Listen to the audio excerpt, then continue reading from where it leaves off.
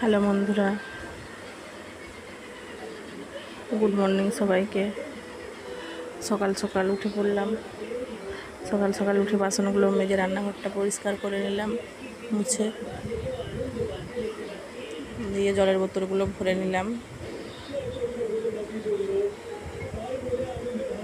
তারপর অনেক জামা কাপড় জমা হয়ে গেছিলো, জামা কাপড় এক গামলা জামা কাপড় জাঁকিয়ে কেচে দিলাম, কেচে রোদে মিলে দিলাম। তারপরে স্নান করে পুজো করতে চলে গেলাম।